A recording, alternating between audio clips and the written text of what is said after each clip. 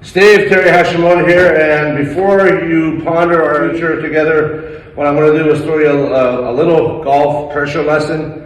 A couple of key points. Number one is at address, you want to be setting up 55-60 on your lead side. That's what all the touring pros do. That gives you more time to get to the trail side. But I don't want you to get outside of your trail side. All that pressure, when the lead arm is parallel to the ground on the way back, we call that P3. You want 55-60% of your pressure to your trail heel, so it feels like you're in your trail heel. And the reason you want that, Steve, is so that when you go forward, you don't want that weight moving forward towards the toes. The toes are the braking mechanism. The heels are the acceleration portion of your foot. So the toes are the brakes, the heels are the accelerators. The ankles are the shock absorbers and propulsion system. We want the pressure on the inside of our trail heel at in and around P3. Old guys like me don't get pressure to the lead side quick enough, and getting pressure to the lead side quick enough and holding it there is the secret to distance gain. Also too, for consistency. Hanging back is a very common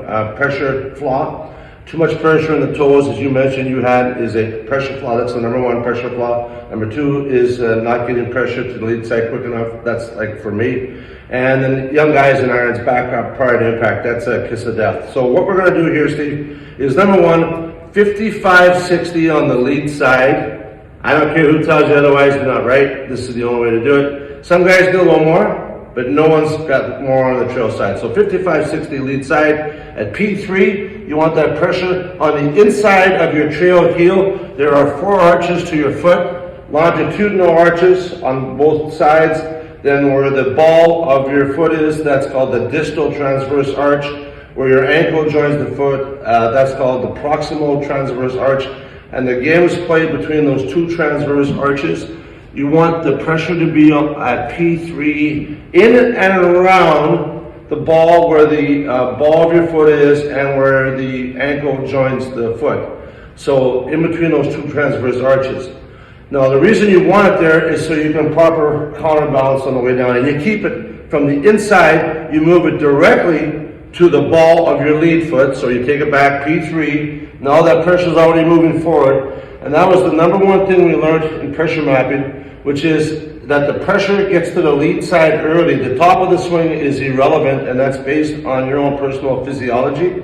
But like, you take a look at Dave Hill, for example. Dave had really high hands, but he never had a massively long backswing. It was he got pressure to the lead side early. He didn't even know what he was doing. We didn't know back then either. He kept it there. He was so strong. He was asymmetric on his lead side. He was strong on his lead side. That's what great players are. They're strong on their lead side. They keep it there and they hold it there. Now P5 is when the lead arm is parallel to the ground on the way down. That's when there's max vertical pressure on the lead side. So basically the swing is pressure on the way back, pushes from the inside trail heel to the lead side.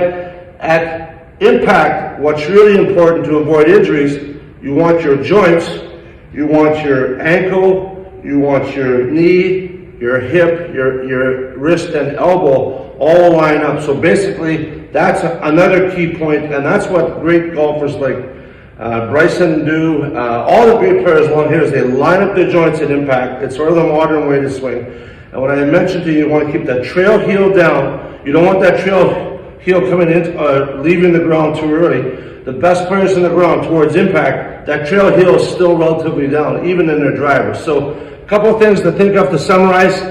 55-60 lead side, P3 pressure inside trail heel towards the ankle of the foot. Boom, pressure to the ball of the lead foot. Keep it there, line up the joints, boom, you're done. Excellent, thanks.